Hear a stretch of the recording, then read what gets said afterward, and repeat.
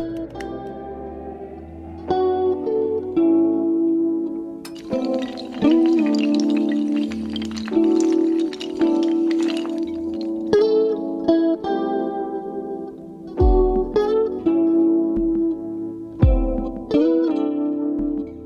विद्यार्थियों, आप सब ਦਾ ਸਵਾਗਤ ਹੈ ਅੱਜ ਦੇ 8ਵੀਂ ਜਮਾਤ ਦੇ ਸਮਾਜਿਕ ਵਿਗਿਆਨ ਦੇ ਵਿਸ਼ੇ ਦੇ ਸੈਸ਼ਨ ਵਿੱਚ। ਅੱਜ ਆਪਾਂ ਇਤਿਹਾਸ ਸਾਡਾ ਅਤੀਤ ਵਿੱਚੋਂ ਪਾਠ 14 ਦਸਤਕਾਰੀ ਅਤੇ ਉਦਯੋਗ ਦਾ ਅਧਿਐਨ ਕਰਨ ਜਾ ਰਹੇ ਹਾਂ। ਪਿਆਰੇ ਵਿਦਿਆਰਥੀਓ, ਇਸ ਪਾਠ ਨੂੰ ਅਸੀਂ ਚੰਗੀ ਤਰ੍ਹਾਂ ਅਤੇ ਸੌਖ ਨਾਲ ਸਮਝਣ ਲਈ ਦੋ ਭਾਗਾਂ ਵਿੱਚ ਵੰਡਾਂਗੇ। ਅੱਜ ਦੇ ਇਸ ਭਾਗ 1 ਵਿੱਚ ਆਪਾਂ ਭਾਰਤ ਵਿੱਚ ਲਘੂ ਉਦਯੋਗਾਂ ਦੇ ਪਤਨ ਦੇ ਕਾਰਨ ਅਤੇ ਆਧੁਨਿਕ ਭਾਰਤੀ ਉਦਯੋਗ ਬਾਰੇ ਜਾਣਕਾਰੀ ਪ੍ਰਾਪਤ ਕਰਾਂਗੇ। ਤੇ ਆਓ ਆਪਾਂ ਜਾਣਦੇ ਹਾਂ ਸਾਡੇ ਲਘੂ ਉਦਯੋਗਾਂ ਬਾਰੇ। ਸੋ ਲਘੂ ਉਦਯੋਗ ਉਹ ਉਦਯੋਗ ਜਾਂ ਕਾਰਖਾਨੇ ਜਿਨ੍ਹਾਂ ਵਿੱਚ ਸਾਲ 1997 ਅਨੁਸਾਰ 25 ਲੱਖ ਤੋਂ 3 ਕਰੋੜ ਤੱਕ ਦਾ ਪੂੰਜੀ ਨਿਵੇਸ਼ ਹੋਇਆ ਹੋਵੇ, ਭਾਵ ਕਿ ਜਿਸ ਵਿੱਚ ਘੱਟੋ ਘੱਟ 25 ਲੱਖ ਅਤੇ ਵੱਧ ਤੋਂ ਵੱਧ 3 ਕਰੋੜ ਦੀ ਪੂੰਜੀ ਲਗਾਈ ਗਈ ਹੋਵੇ, ਉਹਨਾਂ ਨੂੰ ਲਘੂ ਉਦਯੋਗ ਕਹਿੰਦੇ ਹਨ, ਭਾਵ ਕਿ ਛੋਟੇ ਉਦਯੋਗ ਕਹਿੰਦੇ ਹਨ। ਇਹਨਾਂ ਉਦਯੋਗਾਂ ਵਿੱਚ ਲੱਖਾਂ ਹੀ ਮਜ਼ਦੂਰ ਕੰਮ ਕਰਦੇ ਹਨ, ਪਰ ਮਸ਼ੀਨਾਂ ਦਾ ਸਮਾਂ ਆਇਆ ਤਾਂ ਇਹ ਲਘੂ ਉਦਯੋਗ ਉਹਨਾਂ ਮਸ਼ੀਨਾਂ ਨਾਲ ਬਣੀਆਂ ਚੀਜ਼ਾਂ ਦਾ ਮੁਕਾਬਲਾ ਨਾ ਕਰ ਸਕੇ, ਭਾਵ ਕਿ ਜੋ ਉਦਯੋਗਾਂ ਦੇ ਵਿੱਚ ਮਸ਼ੀਨਾਂ ਨਾਲ ਬਣਾਇਆ ਗਿਆ ਸਮਾਨ ਸੀ, ਉਹ ਲਘੂ ਉਦਯੋਗਾਂ ਵਿੱਚ ਬਣਦੇ ਜੋ ਕਿ ਹੱਥੀਂ ਸਮਾਨ ਤਿਆਰ ਹੁੰਦਾ ਸੀ, ਉਹਨਾਂ ਦਾ ਮੁਕਾਬਲਾ ਨਾ ਕਰ ਸਕੇ। ਇਸ ਦੇ ਕਈ ਕਾਰਨ ਸਨ ਜਿਨ੍ਹਾਂ ਕਰਕੇ ਲਘੂ ਉਦਯੋਗਾਂ ਦਾ ਪਤਨ, ਭਾਵ ਕਿ ਖਾਤਮਾ ਹੋਣਾ ਸ਼ੁਰੂ ਹੋਇਆ। ਇਸ ਭਾਗ ਵਿੱਚ ਆਪਾਂ ਇਹ ਜਾਣਕਾਰੀ ਪ੍ਰਾਪਤ ਕਰਾਂਗੇ। ਦੇਖੋ, ਆਪਾਂ ਨੂੰ ਤਸਵੀਰਾਂ ਵਿੱਚ ਵੀ ਦਿਖਾਇਆ ਗਿਆ ਕਿ ਕੁਝ ਸਿਲਾਈ ਕਰ ਰਹੇ ਹਨ ਅਤੇ ਇੱਕ ਇਨਸਾਨ ਹੱਥ ਨਾਲ ਕੱਪੜਾ ਬੁਣ ਰਿਹਾ ਹੈ। ਸੋ ਇਹ ਤਸਵੀਰਾਂ ਵੀ ਸਾਡੇ ਪ੍ਰਸ਼ਨਾਂ ਨੂੰ ਹੱਲ ਕਰਨ ਅਤੇ ਸਾਨੂੰ ਇਸ ਪਾਠ ਨੂੰ ਸਮਝਣ ਵਿੱਚ ਮਦਦਗਾਰ ਹਨ। ਸੋ ਜਿਹੜੇ ਸਾਨੂੰ ਪ੍ਰਸ਼ਨ ਪੁੱਛੇ ਜਾਂਦੇ ਹਨ ਸਾਡੇ ਲਰਨਿੰਗ ਆਊਟਕਮ ਦੇ, ਉਸ 'ਤੇ ਵੀ ਆਧਾਰਿਤ ਹਨ। ਸੋ ਇਹਨਾਂ ਨੂੰ ਵੀ ਆਪਾਂ ਧਿਆਨ ਵਿੱਚ ਰੱਖਣਾ ਹੈ। ਲਘੂ ਉਦਯੋਗਾਂ ਦੇ ਪਤਨ ਦੇ ਕੀ ਕਾਰਨ ਸਨ, ਭਾਵ ਕਿ ਉਹਨਾਂ ਦਾ ਉਜਾੜਾ ਕਿਉਂ ਹੋ ਗਿਆ, ਉਹ ਖਤਮ ਕਿਉਂ ਹੌਲੀ ਹੌਲੀ ਹੋ ਗਏ। ਹੁਣ ਆਪਾਂ ਇਹਨਾਂ ਬਾਰੇ ਜਾਣਨ ਦੀ ਕੋਸ਼ਿਸ਼ ਕਰਦੇ ਹਾਂ। ਸੋ ਆਓ ਬੱਚਿਓ ਜਾਣੀਏ। ਇਹਦੇ ਵਿੱਚ ਆਪਣੇ ਕੋਲ ਸਭ ਤੋਂ ਪਹਿਲਾਂ ਹੈ ਦੇਸੀ ਰਿਆਸਤਾਂ ਦੀ ਸਮਾਪਤੀ। ਅੰਗਰੇਜ਼ਾਂ ਨੇ ਬਹੁਤ ਸਾਰੀਆਂ ਭਾਰਤੀ ਰਿਆਸਤਾਂ ਨੂੰ ਖਤਮ ਕਰ ਦਿੱਤਾ ਸੀ। ਇਸ ਕਰਕੇ ਲਘੂ ਉਦਯੋਗਾਂ ਨੂੰ ਬਹੁਤ ਨੁਕਸਾਨ ਹੋਇਆ, ਕਿਉਂਕਿ ਇਹਨਾਂ ਰਿਆਸਤਾਂ ਦੇ ਰਾਜੇ, ਮਹਾਰਾਜੇ ਅਤੇ ਉਹਨਾਂ ਦੇ ਪਰਿਵਾਰ ਅਤੇ ਉਹਨਾਂ ਦੀ ਪ੍ਰਜਾ ਲਘੂ ਉਦਯੋਗਾਂ ਦੁਆਰਾ ਤਿਆਰ ਕੀਤੀਆਂ ਗਈਆਂ ਵਸਤਾਂ ਦੀ ਹੀ ਵਰਤੋਂ ਕਰਦੇ ਸਨ।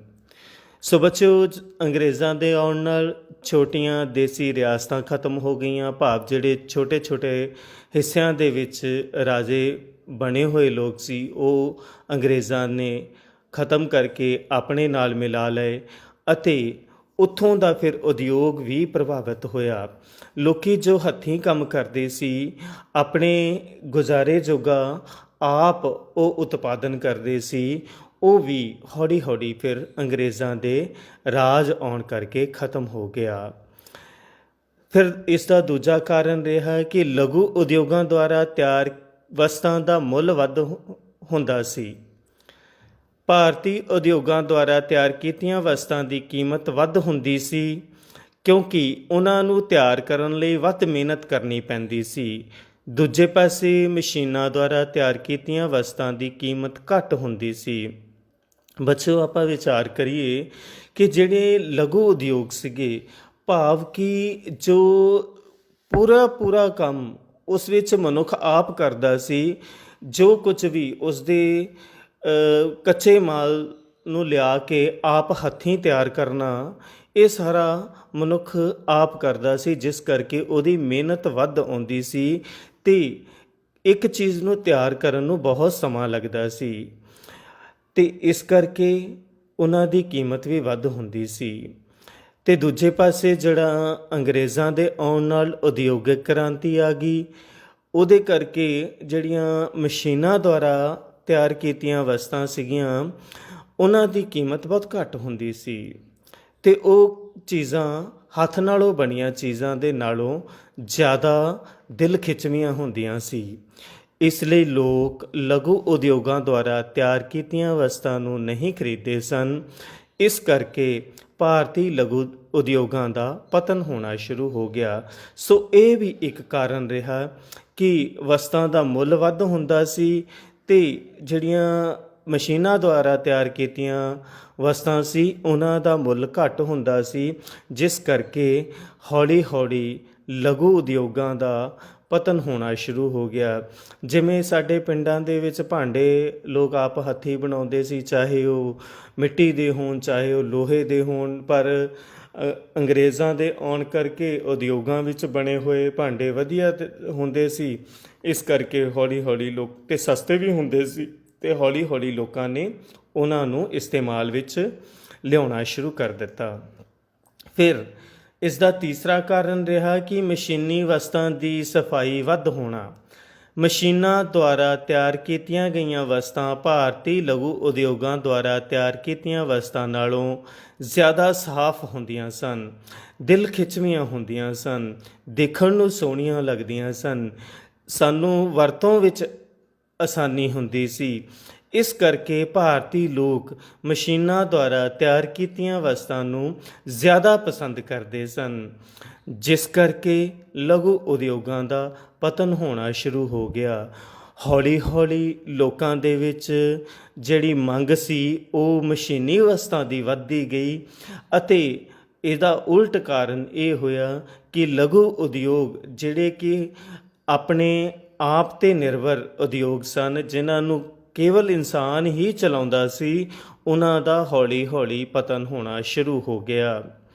ਫਿਰ ਸਾਡੇ ਕੋਲ ਇਸ ਦਾ ਹੀ ਨੰਬਰ 4 ਹੈ ਕਿ ਨਵੀਂ ਪੀੜ੍ਹੀ ਦੇ ਲੋਕ ਲਘੂ ਉਦਯੋਗਾਂ ਦੁਆਰਾ ਤਿਆਰ ਕੀਤੇ ਗਏ ਮਾਲ ਨੂੰ ਪਸੰਦ ਨਹੀਂ ਕਰਦੇ ਸਨ। ਹੁਣ ਹੌਲੀ ਹੌਲੀ ਪੱਛਮੀ ਸੱਭਿਆਚਾਰ ਦਾ ਪ੍ਰਭਾਵ ਸਾਡੇ ਨਵੇਂ ਮੁੰਡਿਆਂ 'ਤੇ, ਨਵੀਂ ਪੀੜ੍ਹੀ 'ਤੇ, ਨਵੀਂ ਨੌਜਵਾਨੀ 'ਤੇ ਪੈਣਾ ਸ਼ੁਰੂ ਹੋ ਗਿਆ। ਦੂਜਾ, ਕਾਰਖਾਨਿਆਂ ਵਿੱਚ ਮਸ਼ੀਨਾਂ ਦੁਆਰਾ ਤਿਆਰ ਕੀਤੀਆਂ ਵਸਤਾਂ ਬਹੁਤ ਸਾਫ਼ ਅਤੇ ਸੁੰਦਰ ਸਨ। ਇਸ ਲਈ ਨਵੀਂ ਪੀੜ੍ਹੀ ਦੇ ਲੋਕ ਲਘੂ ਉਦਯੋਗਾਂ ਦੁਆਰਾ ਤਿਆਰ ਕੀਤੀਆਂ ਵਸਤਾਂ ਨੂੰ ਪਸੰਦ ਨਹੀਂ ਕਰਦੇ ਸਨ। ਸੋ ਬੱਚਿਓ, ਨਵੀਂ ਪੀੜ੍ਹੀ ਹੌਲੀ ਹੌਲੀ ਪੜ੍ਹ ਲਿਖ ਕੇ ਪੱਛਮੀ ਸੱਭਿਆਚਾਰ ਦਾ ਪ੍ਰਭਾਵ ਉਹਨਾਂ 'ਤੇ ਮਹਿਸੂਸ ਹੋ ਰਿਹਾ ਸੀ। ਸੋ ਇਸ ਕਰਕੇ, ਇਸ ਪੱਛਮੀ ਸੱਭਿਆਚਾਰ ਕਰਕੇ ਉਹ ਪੱਛਮੀ ਦੇਸ਼ਾਂ ਦੀਆਂ ਵਸਤਾਂ ਜੋ ਕਿ ਮਸ਼ੀਨਾਂ ਦੁਆਰਾ ਬਣਾਈਆਂ ਗਈਆਂ ਸਨ, ਉਹਨਾਂ ਨੂੰ ਵੱਧ ਪਸੰਦ ਕਰਦੇ ਸਨ ਅਤੇ ਲਘੂ ਉਦਯੋਗਾਂ ਦੁਆਰਾ ਤਿਆਰ ਕੀਤੀਆਂ ਗਈਆਂ ਵਸਤਾਂ ਉਹ ਵਰਤੋਂ ਵਿੱਚ ਨਹੀਂ ਲਿਆ ਰਹੇ ਸਨ। ਇਸ ਦਾ ਕਾਰਨ ਇਹ ਹੋਇਆ ਕਿ ਲਘੂ ਉਦਯੋਗਾਂ ਦਾ ਹੌਲੀ ਹੌਲੀ ਪਤਨ ਸ਼ੁਰੂ ਹੋ ਗਿਆ। ਫਿਰ ਆਪਾਂ ਵੇਖਦੇ ਹਾਂ ਕਿ ਭਾਰਤ ਤੋਂ ਕੱਚਾ ਮਾਲ ਇੰਗਲੈਂਡ ਭੇਜਣਾ। 18ਵੀਂ ਸਦੀ ਵਿੱਚ ਇੰਗਲੈਂਡ ਵਿੱਚ ਉਦਯੋਗਿਕ ਕ੍ਰਾਂਤੀ ਆਈ। ਇਸ ਕਰਕੇ ਦੇਸ਼ ਦੇ ਵੱਖ-ਵੱਖ ਭਾਗਾਂ ਵਿੱਚ ਬਹੁਤ ਵੱਡੇ ਕਾਰਖਾਨੇ ਸਥਾਪਿਤ ਕੀਤੇ ਗਏ। ਉਹਨਾਂ ਕਾਰਖਾਨਿਆਂ ਵਿੱਚ ਮਾਲ ਤਿਆਰ ਕਰਨ ਲਈ ਕੱਚੇ ਮਾਲ ਦੀ ਬਹੁਤ ਜ਼ਰੂਰਤ ਸੀ। ਇਸ ਜ਼ਰੂਰਤ ਨੂੰ ਇੰਗਲੈਂਡ ਦਾ ਕੱਚਾ ਮਾਲ ਪੂਰਾ ਨਾ ਕਰ ਸਕਿਆ। ਇਸ ਕਰਕੇ ਭਾਰਤ ਵਿੱਚੋਂ ਕੱਚਾ ਮਾਲ ਇੰਗਲੈਂਡ ਜਾਣਾ ਸ਼ੁਰੂ ਹੋ ਗਿਆ। ਦੂਜੇ ਪਾਸੇ ਭਾਰਤੀ ਕਾਰਖਾਨਿਆਂ ਲਈ ਕੱਚੇ ਮਾਲ ਦੀ ਘਾਟ ਹੋ ਜਾਣ ਕਾਰਨ ਭਾਰਤ ਦਾ ਉਦਯੋਗਿਕ ਵਿਕਾਸ ਰੁਕ ਗਿਆ। ਭਾਰਤੀ ਲਘੂ ਉਦਯੋਗ ਬੰਦ ਹੋਣ ਲੱਗੇ। ਸੋ ਬੱਚਿਓ, ਆਪਾਂ ਇੱਥੇ ਵਿਚਾਰ ਕੀਤਾ ਕਿ 18ਵੀਂ ਸਦੀ ਵਿੱਚ ਇੰਗਲੈਂਡ ਵਿੱਚ ਉਦਯੋਗਿਕ ਕ੍ਰਾਂਤੀ ਆਈ। ਇਸੇ ਲਈ ਇੰਗਲੈਂਡ ਦੇ ਲੋਕਾਂ ਨੇ ਵੱਖ-ਵੱਖ ਦੇਸ਼ਾਂ ਵਿੱਚ ਜਾ ਕੇ ਕੱਚੇ ਮਾਲ ਦੀ ਭਾਲ ਕੀਤੀ ਅਤੇ ਆਪਣੇ ਦੇਸ਼ ਦਾ ਬਣਿਆ ਹੋਇਆ ਮਾਲ ਵੇਚਣ ਲਈ ਮੰਡੀਆਂ ਲੱਭਦੇ। ਉਹ ਇਸੇ ਸੰਦਰਭ ਵਿੱਚ ਭਾਰਤ ਵਿੱਚ ਆਏ ਸਨ ਅਤੇ ਉਹਨਾਂ ਨੇ ਫਿਰ ਇੱਥੋਂ ਦਾ ਕੱਚਾ ਮਾਲ ਆਪਣੇ ਉਦਯੋਗਾਂ ਨੂੰ ਭੇਜਣਾ ਸ਼ੁਰੂ ਕਰ ਦਿੱਤਾ ਅਤੇ ਉੱਥੋਂ ਦਾ ਬਣਿਆ ਹੋਇਆ ਮਾਲ ਭਾਰਤ ਦੀਆਂ ਮੰਡੀਆਂ ਵਿੱਚ ਵੇਚਣਾ ਸ਼ੁਰੂ ਕਰ ਦਿੱਤਾ, ਜਿਸ ਕਰਕੇ ਸਾਡਾ ਲਘੂ ਉਦਯੋਗ ਜਿਹੜਾ ਉਹ ਪਛੜਦਾ ਗਿਆ ਅਤੇ ਉਸ ਦਾ ਪਤਨ ਹੋਣਾ ਸ਼ੁਰੂ ਹੋ ਗਿਆ। ਤੋ ਆਓ ਬੱਚੇ, ਹੁਣ ਆਪਾਂ ਜਾਣਦੇ ਹਾਂ ਕਿ ਆਧੁਨਿਕ ਭਾਰਤੀ ਉਦਯੋਗ ਬਾਰੇ ਕਿ ਉਹ ਕਿਵੇਂ ਪ੍ਰਫੁੱਲਤ ਹੋਇਆ। ਅੰਗਰੇਜ਼ੀ ਸ਼ਾਸਨ ਸਮੇਂ ਭਾਰਤ ਵਿੱਚ ਬਹੁਤ ਸਾਰੇ ਨਵੇਂ ਉਦਯੋਗਾਂ ਦੀ ਸਥਾਪਨਾ ਹੋਈ, ਜਿਨ੍ਹਾਂ ਵਿੱਚੋਂ ਪ੍ਰਮੁੱਖ ਉਦਯੋਗ ਹੇਠ ਲਿਖੇ ਸਨ। ਸਭ ਤੋਂ ਪਹਿਲਾਂ ਸਾਡੇ ਕੋਲੇ ਹੈ ਸੂਤੀ ਕੱਪੜਾ ਉਦਯੋਗ। ਭਾਰਤ ਵਿੱਚ ਸੂਤੀ ਕੱਪੜੇ ਦਾ ਪਹਿਲਾ ਉਦਯੋਗ 1853 ਈਸਵੀ ਵਿੱਚ ਬੰਬਈ, ਜਿਸ ਨੂੰ ਅੱਜ ਕੱਲ੍ਹ ਮੁੰਬਈ ਕਿਹਾ ਜਾਂਦਾ ਹੈ, ਵਿੱਚ ਲਗਾਇਆ ਗਿਆ। ਇਸ ਤੋਂ ਬਾਅਦ 1877 ਈਸਵੀ ਵਿੱਚ ਕਪਾਹ ਦੀ ਉਪਜ ਦੇ ਬਹੁਤ ਸਾਰੇ ਖੇਤਰ ਜਿਵੇਂ ਕਿ ਅਹਿਮਦਾਬਾਦ, ਨਾਗਪੁਰ ਆਦਿ ਵਿੱਚ ਬਹੁਤ ਸਾਰੀਆਂ ਕੱਪੜਾ ਮਿੱਲਾਂ ਸਥਾਪਿਤ ਕੀਤੀਆਂ ਗਈਆਂ, ਕਿਉਂਕਿ ਇਹਨਾਂ ਇਲਾਕਿਆਂ ਵਿੱਚ ਕਾਲੀ ਮਿੱਟੀ ਬਹੁਤ ਮਿਲਦੀ ਸੀ ਅਤੇ ਕਾਲੀ ਮਿੱਟੀ ਦੀ ਮੁੱਖ ਫਸਲ ਕਪਾਹ ਹੈ, ਜੋ ਕਿ ਇੱਥੋਂ ਦੀ ਮੁੱਖ ਫਸਲ ਦੇ ਤੌਰ 'ਤੇ ਜਾਣੀ ਜਾਂਦੀ ਹੈ। ਇਸੇ ਕਰਕੇ ਇੱਥੇ ਸੂਤੀ ਕੱਪੜੇ ਦੇ ਉਦਯੋਗ ਲਗਾਏ ਗਏ। 1879 ਈਸਵੀ ਵਿੱਚ ਲਗਭਗ 59 ਸੂਤੀ ਕੱਪੜਾ ਮਿੱਲਾਂ ਭਾਰਤ ਵਿੱਚ ਸਥਾਪਿਤ ਕੀਤੀਆਂ ਗਈਆਂ, ਜਿਨ੍ਹਾਂ ਵਿੱਚ ਲਗਭਗ 43,000 ਲੋਕ ਕੰਮ ਕਰਦੇ ਸਨ। ਸੰਨ 1905 ਈਸਵੀ ਵਿੱਚ ਕੱਪੜਾ ਮਿੱਲਾਂ ਦੀ ਗਿਣਤੀ 206 ਹੋ ਗਈ ਸੀ ਅਤੇ ਇਹਨਾਂ ਵਿੱਚ ਲਗਭਗ 1,96,000 ਮਜ਼ਦੂਰ ਕੰਮ ਕਰਦੇ ਸਨ। ਫਿਰ ਸਾਡੇ ਕੋਲੇ ਪਟਸਨ ਉਦਯੋਗ ਹੈ। ਪਟਸਨ ਦਾ ਉਦਯੋਗ ਬੋਰੀਆਂ ਅਤੇ ਟਾਟ ਬਣਾਉਣ ਦੇ ਕੰਮ ਕਰਦਾ ਸੀ। ਪਟਸਨ ਇੱਕ ਰੇਸ਼ੇਦਾਰ ਫਸਲ ਹੈ। ਇਸ ਉਦਯੋਗ ਉੱਤੇ ਯੂਰਪੀਅਨ ਲੋਕਾਂ ਦਾ ਕਬਜ਼ਾ ਸੀ। ਇਸ ਉਦਯੋਗ ਦਾ ਪਹਿਲਾ ਕਾਰਖਾਨਾ 1854 ਈਸਵੀ ਵਿੱਚ ਸੈਰਮਪੁਰ, ਬੰਗਾਲ ਵਿਖੇ ਖੋਲ੍ਹਿਆ ਗਿਆ। ਪਟਸਨ ਉਦਯੋਗ ਸਭ ਤੋਂ ਜ਼ਿਆਦਾ ਕਾਰਖਾਨੇ ਜੋ ਹਨ ਉਹ ਬੰਗਾਲ ਪ੍ਰਾਂਤ ਵਿੱਚ ਖੋਲ੍ਹੇ ਗਏ ਸਨ। 20ਵੀਂ ਸਦੀ ਦੇ ਆਰੰਭ ਵਿੱਚ ਇਹਨਾਂ ਕਾਰਖਾਨਿਆਂ ਦੀ ਗਿਣਤੀ 36 ਹੋ ਗਈ ਸੀ। ਫਿਰ ਸਾਡੇ ਕੋਲੇ ਹੈ ਕੋਲੇ ਦੀਆਂ ਖਾਣਾਂ। ਸਾਰੇ ਨਵੇਂ ਕਾਰਖਾਨੇ ਕੋਲੇ ਨਾਲ ਚੱਲਦੇ ਸਨ। ਰੇਲਾਂ ਲਈ ਵੀ ਕੋਲਾ ਚਾਹੀਦਾ ਸੀ, ਇਸ ਲਈ ਕੋਲੇ ਦੀਆਂ ਖਾਣਾਂ ਵਿੱਚੋਂ ਕੋਲਾ ਕੱਢਣ ਵੱਲ ਖਾਸ ਧਿਆਨ ਦਿੱਤਾ ਗਿਆ। ਸੰਨ 1854 ਈਸਵੀ ਵਿੱਚ ਰਾਣੀਗੰਜ ਵਿੱਚ ਕੋਲੇ ਦੀਆਂ 2 ਖਾਣਾਂ ਸਨ। ਸੰਨ 1880 ਈਸਵੀ ਤੱਕ ਇਹਨਾਂ ਦੀ ਗਿਣਤੀ 56 ਹੋ ਗਈ ਸੀ ਅਤੇ 1885 ਈਸਵੀ ਵਿੱਚ 123 ਹੋ ਗਈ ਸੀ। ਫਿਰ ਸਾਡੇ ਕੋਲੇ ਹੈ ਬੱਚਿਓ ਨੀਲ ਉਦਯੋਗ। 18ਵੀਂ ਸਦੀ ਦੇ ਅੰਤ ਤੱਕ ਨੀਲ ਦੀ ਪੈਦਾਵਾਰ ਬਿਹਾਰ ਅਤੇ ਬੰਗਾਲ ਵਿੱਚ ਸ਼ੁਰੂ ਹੋਈ। ਯੂਰਪੀਅਨ ਨੇ ਨੀਲ ਦੇ ਵੱਡੇ ਵੱਡੇ ਬਾਗ ਲਗਾਏ, ਜਿਨ੍ਹਾਂ ਵਿੱਚ ਭਾਰਤੀ ਲੋਕਾਂ ਨੂੰ ਕੰਮ ਕਰਨ 'ਤੇ ਲਗਾਇਆ ਗਿਆ। ਸੰਨ 1825 ਈਸਵੀ ਵਿੱਚ ਨੀਲ ਦੀ ਖੇਤੀ ਅਧੀਨ 35 ਲੱਖ ਬਿੱਘਾ ਜ਼ਮੀਨ ਸੀ ਅਤੇ ਸੰਨ 1879 ਈਸਵੀ ਵਿੱਚ ਬਨਾਉਟੀ ਨੀਲ ਤਿਆਰ ਹੋਣ ਕਰਕੇ 1915 ਈਸਵੀ ਵਿੱਚ ਨੀਲ ਦੀ ਖੇਤੀ ਅਧੀਨ ਕੇਵਲ 3 ਤੋਂ 4 ਲੱਖ ਬਿੱਘਾ ਜ਼ਮੀਨ ਹੀ ਰਹਿ ਗਈ ਸੀ। ਇਹ ਸਾਡਾ ਭਾਰਤੀ ਉਦਯੋਗ ਦਾ ਵਿਸਥਾਰ ਤੇ ਆਪਾਂ ਨੇ ਭਾਰਤੀ ਲਘੂ ਉਦਯੋਗਾਂ ਦੇ ਪਤਨ ਬਾਰੇ ਅੱਜ ਜਾਣਨ ਦੀ ਕੋਸ਼ਿਸ਼ ਕੀਤੀ ਹੈ ਕਿ ਕਿਵੇਂ ਸਾਡੇ ਘਰੇਲੂ ਉਦਯੋਗਾਂ ਦਾ ਪਤਨ ਹੁੰਦਾ ਗਿਆ, ਜੋ ਕਿ ਸਾਡੇ ਅਰਥਚਾਰੇ ਦਾ, ਸਾਡੀ ਕਮਾਈ ਦਾ ਮੂਲ ਸਾਧਨ ਸਨ, ਅਤੇ ਉਹਨਾਂ ਦੀ ਜਗ੍ਹਾ 'ਤੇ ਕਿਵੇਂ ਆਧੁਨਿਕ ਸਮਾਨ ਨੇ, ਭਾਵ ਕਿ ਜੋ ਸਮਾਨ ਉਦਯੋਗਾਂ ਵਿੱਚ ਮਸ਼ੀਨਾਂ ਦੁਆਰਾ ਤਿਆਰ ਕੀਤਾ ਗਿਆ ਸੀ, ਉਸਨੇ ਕਿਵੇਂ ਸਾਡੇ ਸਮਾਜ ਵਿੱਚ ਥਾਂ ਬਣਾ ਲਈ, ਅਤੇ ਅੰਗਰੇਜ਼ ਕਿਵੇਂ ਆਪਣੀ ਨੀਤੀ ਵਿੱਚ ਕਾਮਯਾਬ ਰਹੇ ਕਿ ਉਹ ਭਾਰਤੀ ਉਦਯੋਗਾਂ ਨੂੰ ਆਪਣੇ ਆਪ ਹੀ ਖਤਮ ਕਰ ਗਏ ਅਤੇ ਆਪਣੇ ਸਮਾਨ ਨੂੰ ਵੇਚਣ ਲਈ ਭਾਰਤ ਇੱਕ ਮੰਡੀ ਦੇ ਤੌਰ 'ਤੇ ਵਰਤਣਾ ਉਹਨਾਂ ਸ਼ੁਰੂ ਕਰ ਦਿੱਤਾ। ਕਾਰਨ ਇਹ ਸੀ ਕਿ ਸਾਡਾ ਹੱਥ ਨਾਲ ਬਣਿਆ ਹੋਇਆ ਸਮਾਨ ਮਸ਼ੀਨਾਂ ਦੁਆਰਾ ਬਣਾਏ ਗਏ ਸਮਾਨ ਨਾਲੋਂ ਮਹਿੰਗਾ ਵੀ ਹੁੰਦਾ ਸੀ ਅਤੇ ਉਸ ਦੇ ਵਿੱਚ ਓਨੀ ਸਫਾਈ ਜਾਂ ਆਪਾਂ ਇਹ ਕਹਿ ਲਈਏ ਓਨੀ ਐਕੂਰੇਸੀ ਵੀ ਨਹੀਂ ਹੁੰਦੀ ਸੀ ਜਿੰਨੀ ਕਿ ਮਸ਼ੀਨਾਂ ਦੇ ਬਣੇ ਹੋਏ ਸਮਾਨ ਵਿੱਚ ਹੁੰਦੀ ਸੀ। ਅਤੇ ਇਹ ਜਿਹੜਾ ਮਸ਼ੀਨਾਂ ਦੁਆਰਾ ਬਣਾਇਆ ਗਿਆ ਸਮਾਨ ਸੀ, ਇਹ ਸਾਨੂੰ ਜ਼ਿਆਦਾ ਦਿਲ ਖਿੱਚਵਾਂ ਲੱਗਦਾ ਸੀ, ਜਿਸ ਕਾਰਨ ਅਸੀਂ ਹੌਲੀ ਹੌਲੀ ਇਸ ਸਮਾਨ ਵੱਲ ਖਿੱਚੇ ਚਲੇ ਗਏ। ਅਤੇ ਫਿਰ ਆਪਾਂ ਆਧੁਨਿਕ ਉਦਯੋਗਾਂ ਬਾਰੇ ਜਾਣਨ ਦੀ ਕੋਸ਼ਿਸ਼ ਕੀਤੀ ਕਿ ਕਿਵੇਂ ਅੰਗਰੇਜ਼ਾਂ ਨੇ ਭਾਰਤੀ ਉਦਯੋਗਾਂ ਨੂੰ ਆਧੁਨਿਕ ਉਦਯੋਗਾਂ ਵਿੱਚ ਬਦਲ ਲਿਆ ਅਤੇ ਆਪਣੇ ਕਬਜ਼ੇ ਹੇਠ ਕਰ ਲਿਆ, ਅਤੇ ਇਸ ਲਈ ਉਹਨਾਂ ਨੇ ਮਸ਼ੀਨਾਂ ਦੀ ਸਹਾਇਤਾ ਨਾਲ ਵੱਡੇ ਉਦਯੋਗ ਸਥਾਪਿਤ ਕੀਤੇ, ਜਿਨ੍ਹਾਂ ਵਿੱਚ ਸੂਤੀ ਕੱਪੜਾ ਉਦਯੋਗ, ਪਟਸਨ ਦਾ ਉਦਯੋਗ, ਕੋਲੇ ਦੀਆਂ ਖਾਣਾਂ ਨੂੰ ਇਸਤੇਮਾਲ ਕਰਨਾ, ਨੀਲ ਉਦਯੋਗ ਆਦਿ ਬਾਰੇ ਆਪਾਂ ਨੇ ਇਸ ਭਾਗ ਵਿੱਚ ਵਿਸਥਾਰ ਨਾਲ ਜਾਣਨ ਦੀ ਕੋਸ਼ਿਸ਼ ਕੀਤੀ ਹੈ। ਅਤੇ ਬੱਚਿਓ, ਇਸ ਪਾਠ ਨੂੰ ਹੋਰ ਵਧੀਆ ਤਰੀਕੇ ਨਾਲ ਸਮਝਣ ਲਈ ਅਸੀਂ ਤੁਹਾਡੇ ਵਾਸਤੇ ਥੋੜ੍ਹੇ ਜਿਹੇ ਪ੍ਰਸ਼ਨ ਉੱਤਰ ਵਿਧੀ ਦਾ ਸਹਾਰਾ ਲੈਂਦੇ ਹੋਏ ਆਪ ਦੇ ਨਾਲ ਅਸੀਂ ਹੁਣ ਸਾਂਝ ਕਰਾਂਗੇ ਕਿ ਅਸੀਂ ਇਸ ਪਾਠ ਨੂੰ ਹੋਰ ਕਿਵੇਂ ਵਧੀਆ ਤਰੀਕੇ ਨਾਲ ਜਾਣ ਸਕਦੇ ਹਾਂ।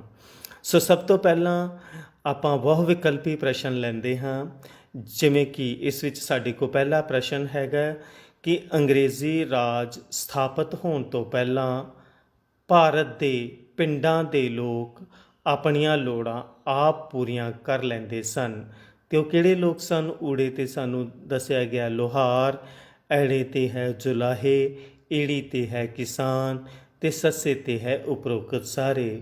ਤਾਂ ਬੱਚਿਓ, ਇਸ ਦਾ ਜੋ ਸਹੀ ਉੱਤਰ ਹੋਵੇਗਾ ਉਹ ਸੱਸਾ ਹੋਵੇਗਾ, ਉਪਰੋਕਤ ਸਾਰੇ।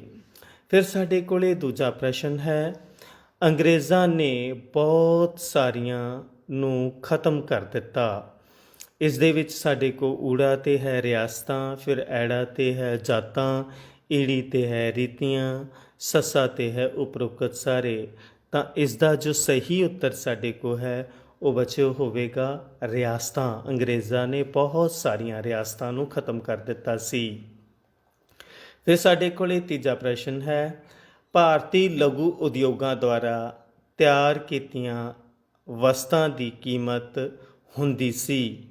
ਊੜੇ 'ਤੇ ਹੈ ਘੱਟ, ਐੜੇ 'ਤੇ ਹੈ ਵੱਧ, ਈੜੀ 'ਤੇ ਹੈ ਬਰਾਬਰ, ਜਾਂ ਸੱਸੇ 'ਤੇ ਸਾਡੇ ਕੋਲ ਹੈ ਕਿ ਇਹਨਾਂ 'ਚ ਕੋਈ ਵੀ ਨਹੀਂ। ਤਾਂ ਇਸ ਦਾ ਜੋ ਉੱਤਰ ਆਵੇਗਾ ਉਹ ਹੈ ਐੜਾ, ਵੱਧ। ਭਾਰਤੀ ਲਘੂ ਉਦਯੋਗਾਂ ਦੁਆਰਾ ਤਿਆਰ ਕੀਤੀਆਂ ਵਸਤਾਂ ਦੀ ਕੀਮਤ ਵੱਧ ਹੁੰਦੀ ਸੀ। ਫਿਰ ਸਾਡੇ ਕੋਲ ਪ੍ਰਸ਼ਨ ਨੰਬਰ 4 ਹੈ, 18ਵੀਂ ਸਦੀ ਵਿੱਚ ਇਸ ਦੇਸ਼ ਵਿੱਚ ਉਦਯੋਗਿਕ ਕ੍ਰਾਂਤੀ ਆਈ। ਤਾਂ ਸਾਨੂੰ ਦੇਸ਼ ਦਿੱਤੇ ਹੋਏ ਹਨ, ਊੜੇ 'ਤੇ ਭਾਰਤ ਹੈ, ਐੜੇ 'ਤੇ ਅਮਰੀਕਾ ਹੈ, ਈੜੀ 'ਤੇ ਇੰਗਲੈਂਡ ਹੈ, ਸੱਸੇ 'ਤੇ ਹੈ ਇਹਨਾਂ 'ਚੋਂ ਕੋਈ ਵੀ ਨਹੀਂ। ਤਾਂ ਇਸ ਦਾ ਜੋ ਸਹੀ ਉੱਤਰ ਹੈ ਬੱਚਿਓ ਉਹ ਈੜੀ ਹੈ ਕਿ 18ਵੀਂ ਸਦੀ ਵਿੱਚ ਇਸ ਇੰਗਲੈਂਡ ਦੇਸ਼ ਵਿੱਚ ਉਦਯੋਗਿਕ ਕ੍ਰਾਂਤੀ ਆਈ। ਫਿਰ ਸਾਡੇ ਕੋਲ ਪ੍ਰਸ਼ਨ ਨੰਬਰ 5 ਹੈ, ਭਾਰਤ ਵਿੱਚ ਸੂਤੀ ਕੱਪੜੇ ਦਾ ਪਹਿਲਾ ਉਦਯੋਗ ਬੰਬਈ ਵਿੱਚ ਲਗਾਇਆ ਗਿਆ। ਤਾਂ ਇਸ ਵਿੱਚ ਸਾਨੂੰ ਫਿਰ ਆਪਸ਼ਨਸ ਦਿੱਤੀਆਂ ਗਈਆਂ ਹਨ, ਸਾਨੂੰ ਬਹੁਤ ਵਿਕਲਪ ਦਿੱਤੇ ਹਨ। ਊੜੇ 'ਤੇ ਹੈ 1885 ਈਸਵੀ, ਐੜੇ 'ਤੇ ਹੈ 1847 ਈਸਵੀ, ਈੜੀ 'ਤੇ ਹੈ 1853 ਈਸਵੀ ਅਤੇ ਸੱਸੇ 'ਤੇ ਹੈ ਸਾਡੇ ਕੋਲ 1753 ਈਸਵੀ। ਤਾਂ ਇਸ ਦਾ ਜੋ ਸਹੀ ਉੱਤਰ ਹੈ ਉਹ ਹੈ ਬੱਚਿਓ ਈੜੀ 1853 ਈਸਵੀ। ਤੋ ਉਸ ਤੋਂ ਬਾਅਦ ਸਾਡੇ ਕੋਲੇ ਫਿਰ ਇਸ ਪਾਠ ਨੂੰ ਅਸੀਂ ਜਾਣਨ ਦੇ ਲਈ, ਸਮਝਣ ਦੇ ਲਈ ਖਾਲੀ ਥਾਵਾਂ ਰਾਹੀਂ ਕੋਸ਼ਿਸ਼ ਕੀਤੀ ਹੈ। ਤਾਂ ਆਓ ਆਪਾਂ ਜਾਣਨ ਦੀ ਕੋਸ਼ਿਸ਼ ਕਰੀਏ ਖਾਲੀ ਥਾਵਾਂ ਭਰਨ ਨਾਲ। ਭਾਰਤ ਪਿੰਡਾਂ ਅਤੇ ਸ਼ਹਿਰਾਂ ਦੇ ਛੋਟੇ ਛੋਟੇ ਉਦਯੋਗਾਂ ਦਾ ਡੈਸ਼ ਸ਼ੁਰੂ ਹੋ ਗਿਆ। ਇਸ ਵਿੱਚ ਆਏਗਾ ਪਤਨ। ਭਾਰਤ ਪਿੰਡਾਂ ਅਤੇ ਸ਼ਹਿਰਾਂ ਦੇ ਛੋਟੇ ਛੋਟੇ ਉਦਯੋਗਾਂ ਦਾ ਪਤਨ ਸ਼ੁਰੂ ਹੋ ਗਿਆ। ਫਿਰ ਸਾਡੇ ਕੋਲ 2 ਨੰਬਰ 'ਤੇ ਹੈ ਮਸ਼ੀਨਾਂ ਦੁਆਰਾ ਤਿਆਰ ਕੀਤੀਆਂ ਵਸਤਾਂ ਦੀ ਕੀਮਤ ਡੈਸ਼ ਹੁੰਦੀ ਸੀ। ਤਾਂ ਇਸ ਵਿੱਚ ਬੱਚਿਓ ਆਏਗਾ ਘੱਟ। ਮਸ਼ੀਨਾਂ ਦੁਆਰਾ ਤਿਆਰ ਕੀਤੀਆਂ ਵਸਤਾਂ ਦੀ ਕੀਮਤ ਘੱਟ ਹੁੰਦੀ ਸੀ। ਫਿਰ ਸਾਡੇ ਕੋਲੇ ਨੰਬਰ 3 'ਤੇ ਹੈ ਮਸ਼ੀਨਾਂ ਦੁਆਰਾ ਤਿਆਰ ਕੀਤੀਆਂ ਵਸਤਾਂ ਡੈਸ਼ ਦੁਆਰਾ ਤਿਆਰ ਕੀਤੀਆਂ ਵਸਤਾਂ ਨਾਲੋਂ ਜ਼ਿਆਦਾ ਸਾਫ਼ ਹੁੰਦੀਆਂ ਸਨ। ਤਾਂ ਇਸ ਵਿੱਚ ਆਏਗਾ ਲਘੂ ਉਦਯੋਗਾਂ ਦੁਆਰਾ। ਮਸ਼ੀਨਾਂ ਦੁਆਰਾ ਤਿਆਰ ਕੀਤੀਆਂ ਵਸਤਾਂ ਲਘੂ ਉਦਯੋਗਾਂ ਦੁਆਰਾ ਤਿਆਰ ਕੀਤੀਆਂ ਵਸਤਾਂ ਨਾਲੋਂ ਜ਼ਿਆਦਾ ਸਾਫ਼ ਹੁੰਦੀਆਂ ਸਨ। ਫਿਰ ਸਾਡੇ ਕੋਲ 4 ਨੰਬਰ 'ਤੇ ਹੈ ਨਵੀਂ ਪੀੜ੍ਹੀ ਦੇ ਲੋਕਾਂ ਉੱਤੇ ਡੈਸ਼ ਦਾ ਪ੍ਰਭਾਵ ਰਿਹਾ ਸੀ। ਤਾਂ ਇਸ ਵਿੱਚ ਆਏਗਾ ਪੱਛਮੀ ਸੱਭਿਆਚਾਰ। ਨਵੀਂ ਪੀੜ੍ਹੀ ਦੇ ਲੋਕਾਂ ਉੱਤੇ ਪੱਛਮੀ ਸੱਭਿਆਚਾਰ ਦਾ ਪ੍ਰਭਾਵ ਪੈ ਰਿਹਾ ਸੀ। ਫਿਰ ਸਾਡੇ ਕੋਲੇ ਨੰਬਰ 5 'ਤੇ ਹੈ ਉਦਯੋਗਿਕ ਕ੍ਰਾਂਤੀ ਕਰਕੇ ਦੇਸ਼ ਦੇ ਵੱਖ-ਵੱਖ ਭਾਗਾਂ ਵਿੱਚ ਬਹੁਤ ਵੱਡੇ ਡੈਸ਼ ਸਥਾਪਿਤ ਕੀਤੇ ਗਏ। ਤਾਂ ਇਸ ਖਾਲੀ ਥਾਂ ਵਿੱਚ ਆਵੇਗਾ ਕਾਰਖਾਨੇ। ਉਦਯੋਗਿਕ ਕ੍ਰਾਂਤੀ ਕਰਕੇ ਦੇਸ਼ ਦੇ ਵੱਖ-ਵੱਖ ਭਾਗਾਂ ਵਿੱਚ ਬਹੁਤ ਵੱਡੇ ਕਾਰਖਾਨੇ ਸਥਾਪਿਤ ਕੀਤੇ ਗਏ। ਫਿਰ ਸਾਡੇ ਕੋਲ 6 ਨੰਬਰ 'ਤੇ ਹੈ ਜੀ ਅੰਗਰੇਜ਼ੀ ਸ਼ਾਸਨ ਸਮੇਂ ਭਾਰਤ ਵਿੱਚ ਬਹੁਤ ਸਾਰੇ ਨਵੇਂ ਡੈਸ਼ ਦੀ ਸਥਾਪਨਾ ਹੋਈ। ਤਾਂ ਇਸ ਖਾਲੀ ਥਾਂ ਵਿੱਚ ਆਵੇਗਾ ਉਦਯੋਗਾਂ। ਅੰਗਰੇਜ਼ੀ ਸ਼ਾਸਨ ਸਮੇਂ ਭਾਰਤ ਵਿੱਚ ਬਹੁਤ ਸਾਰੇ ਨਵੇਂ ਉਦਯੋਗਾਂ ਦੀ ਸਥਾਪਨਾ ਹੋਈ। ਸੋ ਹੁਣ ਅੱਗੇ ਹੈ ਸਾਡੇ ਕੋਲੇ ਬੱਚਿਓ ਪ੍ਰਸ਼ਨ ਉੱਤਰ ਵਿਧੀ। ਸੋ ਉਸ ਦੇ ਲਈ ਆਪਣੇ ਕੋਲੇ ਪਹਿਲਾ ਪ੍ਰਸ਼ਨ ਹੈ ਜੀ ਭਾਰਤੀ ਲਘੂ ਉਦਯੋਗਾਂ ਦੁਆਰਾ ਤਿਆਰ ਕੀਤੀਆਂ ਵਸਤਾਂ ਦੀ ਕੀਮਤ ਵੱਧ ਕਿਉਂ ਹੁੰਦੀ ਸੀ। ਤਾਂ ਇਸ ਦਾ ਉੱਤਰ ਹੈ ਬੱਚਿਓ ਕਿਉਂਕਿ ਨੂੰ ਤਿਆਰ ਕਰਨ ਲਈ ਵੱਧ ਮਿਹਨਤ ਕਰਨੀ ਪੈਂਦੀ ਸੀ। ਫਿਰ ਸਾਡੇ ਕੋਲੇ ਦੂਜਾ ਪ੍ਰਸ਼ਨ ਹੈ ਜੀ ਭਾਰਤੀ ਲੋਕ ਮਸ਼ੀਨਾਂ ਦੁਆਰਾ ਤਿਆਰ ਕੀਤੀਆਂ ਵਸਤਾਂ ਨੂੰ ਕਿਉਂ ਜ਼ਿਆਦਾ ਪਸੰਦ ਕਰਦੇ ਸਨ। ਭਾਰਤੀ ਲੋਕ ਮਸ਼ੀਨਾਂ ਦੁਆਰਾ ਤਿਆਰ ਕੀਤੀਆਂ ਗਈਆਂ ਵਸਤਾਂ ਨੂੰ ਕਿਉਂ ਜ਼ਿਆਦਾ ਪਸੰਦ ਕਰਦੇ ਸਨ। ਤਾਂ ਇਸ ਦਾ ਉੱਤਰ ਹੈ ਕਿਉਂਕਿ ਮਸ਼ੀਨਾਂ ਨਾਲ ਤਿਆਰ ਕੀਤੀਆਂ ਵਸਤਾਂ ਸਾਫ਼ ਅਤੇ ਸੁੰਦਰ ਸਨ। ਕਿਉਂਕਿ ਮਸ਼ੀਨਾਂ ਨਾਲ ਤਿਆਰ ਕੀਤੀਆਂ ਵਸਤਾਂ ਸਾਫ਼ ਅਤੇ ਸੁੰਦਰ ਸਨ। ਸੋ ਉਸ ਤੋਂ ਅੱਗੇ ਸਾਡੇ ਕੋਲ ਤੀਸਰਾ ਪ੍ਰਸ਼ਨ ਹੈ ਭਾਰਤ ਵਿੱਚੋਂ ਕੱਚਾ ਮਾਲ ਕਿੱਥੇ ਜਾਣਾ ਸ਼ੁਰੂ ਹੋ ਗਿਆ ਸੀ। ਸੋ ਕੁਦਰਤੀ ਗੱਲ ਹੈ ਕਿ ਜਿੱਥੋਂ ਅੰਗਰੇਜ਼ ਆਏ ਸੀ ਉੱਥੇ ਹੀ ਕੱਚਾ ਮਾਲ ਜਾ ਰਿਹਾ ਸੀ। ਤਾਂ ਇਸ ਦਾ ਉੱਤਰ ਹੈ ਇੰਗਲੈਂਡ। ਸੋ ਉਸ ਤੋਂ ਅਗਲਾ ਸਾਡਾ ਪ੍ਰਸ਼ਨ ਹੈ ਜੀ ਭਾਰਤੀ ਕਾਰਖਾਨਿਆਂ ਲਈ ਕੱਚੇ ਮਾਲ ਦੀ ਘਾਟ ਨਾਲ ਕੀ ਅਸਰ ਪਿਆ। ਭਾਰਤੀ ਕਾਰਖਾਨਿਆਂ ਲਈ ਕੱਚੇ ਮਾਲ ਦੀ ਘਾਟ ਨਾਲ ਕੀ ਅਸਰ ਪਿਆ।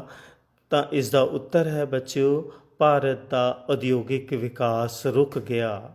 ਭਾਰਤ ਦਾ ਉਦਯੋਗਿਕ ਵਿਕਾਸ ਰੁਕ ਗਿਆ। ਫਿਰ ਸਾਡੇ ਕੋਲ ਪੰਜਵਾਂ ਪ੍ਰਸ਼ਨ ਹੈ ਕਿ ਭਾਰਤ ਵਿੱਚ 59 ਸੂਤੀ ਕੱਪੜਾ ਮਿੱਲਾਂ ਕਦੋਂ ਸਥਾਪਿਤ ਕੀਤੀਆਂ ਗਈਆਂ।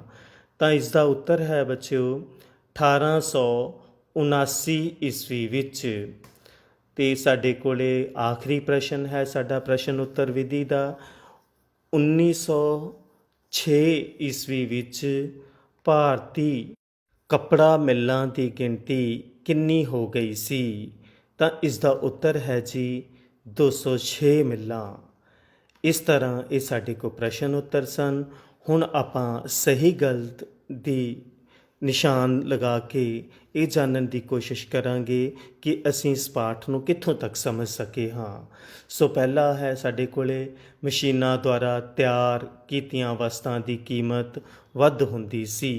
ਤਾਂ ਇਸ ਦਾ ਉੱਤਰ ਹੈ ਬੱਚਿਓ ਗਲਤ। ਫਿਰ 2 ਨੰਬਰ 'ਤੇ ਸਾਡੇ ਕੋਲ ਹੈ 1879 ਈਸਵੀ ਵਿੱਚ ਸੂਤੀ ਕੱਪੜਾ ਮਿੱਲਾਂ ਵਿੱਚ 43,000 ਮਜ਼ਦੂਰ ਕੰਮ ਕਰਦੇ ਸਨ। ਤਾਂ ਇਹ ਬਿਲਕੁਲ ਸਹੀ ਹੈ। ਫਿਰ 3 ਨੰਬਰ 'ਤੇ ਹੈ ਸਾਡੇ ਪਾਸ ਕਿ ਪਟਸਨ ਦਾ ਉਦਯੋਗ ਬੋਰੀਆਂ ਅਤੇ ਟਾਟ ਬਣਾਉਣ ਦਾ ਕੰਮ ਕਰਦਾ ਸੀ। ਤਾਂ ਇਹ ਬਿਲਕੁਲ ਸਹੀ ਹੈ। ਫਿਰ 4 ਨੰਬਰ 'ਤੇ ਹੈ ਸਾਡੇ ਕੋਲੇ ਪਟਸਨ ਉਦਯੋਗ ਦੇ ਸਭ ਤੋਂ ਜ਼ਿਆਦਾ ਕਾਰਖਾਨੇ ਪੰਜਾਬ ਵਿੱਚ ਹਨ। ਤਾਂ ਇਹ ਗਲਤ ਉੱਤਰ ਹੈ ਬੱਚਿਓ। ਸਭ ਤੋਂ ਵੱਧ ਕਾਰਖਾਨੇ ਬੰਗਾਲ ਵਿੱਚ ਹਨ। ਉਸ ਤੋਂ ਅੱਗੇ ਸਾਡੇ ਪਾਸ ਹੈ 5 ਨੰਬਰ 'ਤੇ ਨਵੇਂ ਕਾਰਖਾਨੇ ਕੋਲੇ ਨਾਲ ਚੱਲਦੇ ਸਨ। ਤਾਂ ਇਹ ਬਿਲਕੁਲ ਸਹੀ ਹੈ। 6ਵੇਂ ਨੰਬਰ 'ਤੇ ਸਾਡੇ ਕੋਲ ਹੈ ਯੂਰਪੀਨਾਂ ਨੇ ਨੀਲ ਦੇ ਵੱਡੇ ਬਾਗ ਲਗਾਏ ਜਿਨ੍ਹਾਂ ਵਿੱਚ ਭਾਰਤੀ ਲੋਕਾਂ ਨੂੰ ਕੰਮ 'ਤੇ ਲਗਾਇਆ ਗਿਆ। ਇਹ ਬਿਲਕੁਲ ਸਹੀ ਹੈ।